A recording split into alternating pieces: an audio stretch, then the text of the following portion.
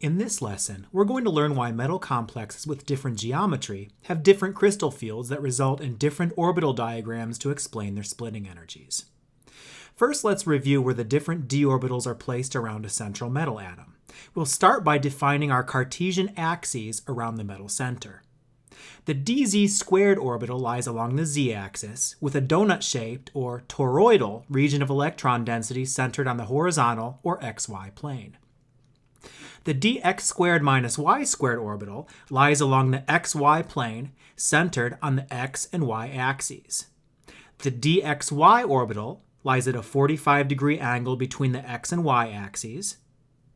The dyz orbital lies at a 45-degree angle between the y and z axes. And the dxz orbital lies at a 45-degree angle between the x and z axes. All of the metal's d orbitals together form a complicated electron cloud surrounding the metal center, but we're going to look at the orbitals one by one to explain its orbital diagram when it's in the center of complexes with different geometry. Now let's look at the placement of orbital energies in a square planar complex. A square planar complex is similar to an octahedral complex, but without the axial ligands, or ligands that lie on the z-axis. The ligands on a square planar complex all lie on the equatorial plane. First, let's look at the highest energy orbital. All of the lobes on the dx squared minus y squared orbital point directly at ligands, so it's the highest energy orbital for a square planar complex. Now let's compare the energies of the other orbitals. The dxy orbital sits at a 45-degree angle from all four of the ligands, whereas most of the dz squared orbital sits 90 degrees away from all the ligands.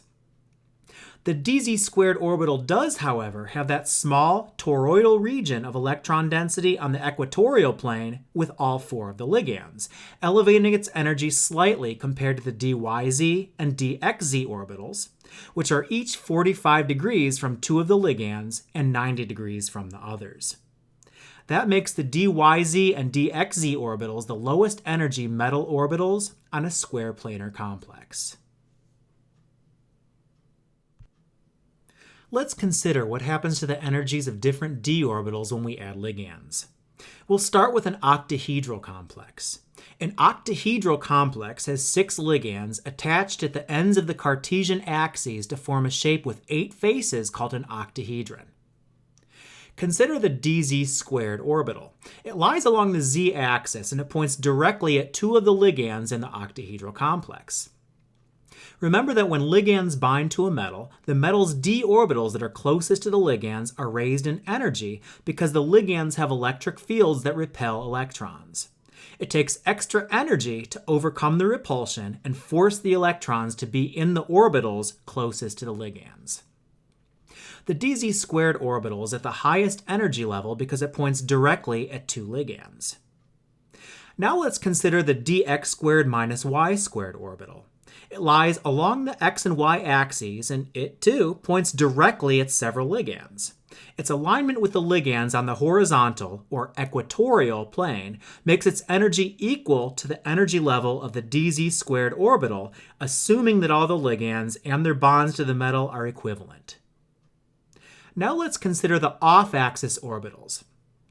dxy, dyz, and dxz. Each of the off-axis orbitals sits 45 degrees from the axes for which they're named. This means each of the off-axis orbitals has 4 lobes that lie 45 degrees away from their closest ligands rather than pointing directly at them. The 2 other ligands are 90 degrees away. Therefore, the dxy, dxz, and dyz orbitals are equivalent and lower in energy than the dz squared and dx squared minus y squared orbitals. Now let's look at the placement of orbital energies in a linear complex. A linear complex has similar geometry to an octahedral complex. However, both of its 2 ligands are at axial positions rather than equatorial positions. Let's start with the highest energy orbital. The dz squared orbital is the highest in energy because both of its lobes point directly at ligands.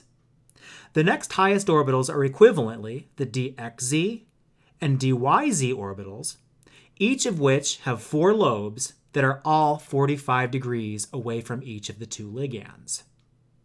The dx squared minus y squared and dxy orbitals are equivalently the lowest in energy because all of their lobes sit on the equatorial plane 90 degrees from both of the ligands. Next, we'll look at a tetrahedral complex. A tetrahedral complex has its ligands on 4 of the corners of the cube that we've drawn to clarify our Cartesian axes. It's called a tetrahedral complex because when we connect all of the atoms, we form a shape with 4 faces called a tetrahedron. Here's a tetrahedral molecule that's oriented differently for clarity. All of its bond angles are 109.5 degrees, as are all of the angles between the ligands in a tetrahedral complex. With the tetrahedral complex, we're going to start with the lowest energy orbitals on the metal and then move upward. Let's start with the dz squared orbital. It lies on the z-axis, splitting the angles between all of the ligands and making the separation of both lobes about 55 degrees from the ligands. Even the toroidal region of electron density on the dz squared orbital lies on the equatorial plane, at the same angle from all of the ligands as the rest of the orbital. The dx squared minus y squared orbital's lobes all sit on the equatorial plane, making them also split the angle between the ligands, so they all have about 55 degrees of separation from the ligands. That makes the dz squared and dx squared minus y squared orbitals equivalent and equally low in energy. Now let's look at the off-axis orbitals, dxy, dyz, and dxz. They have equivalent geometry surrounding the metal center, with all of their lobes sitting about 35 degrees from one of the ligands. Therefore, they all sit at a slightly higher energy than the on-axis orbitals because they sit at more acute angles from the ligands. Tetrahedral complexes have less separation between the energies of the metal's orbitals than octahedral complexes, not only because there are only 4 ligands, but also because none of the metal's d orbitals point directly at or away from any of the ligands, which would make them very high or very low in energy relative to each other.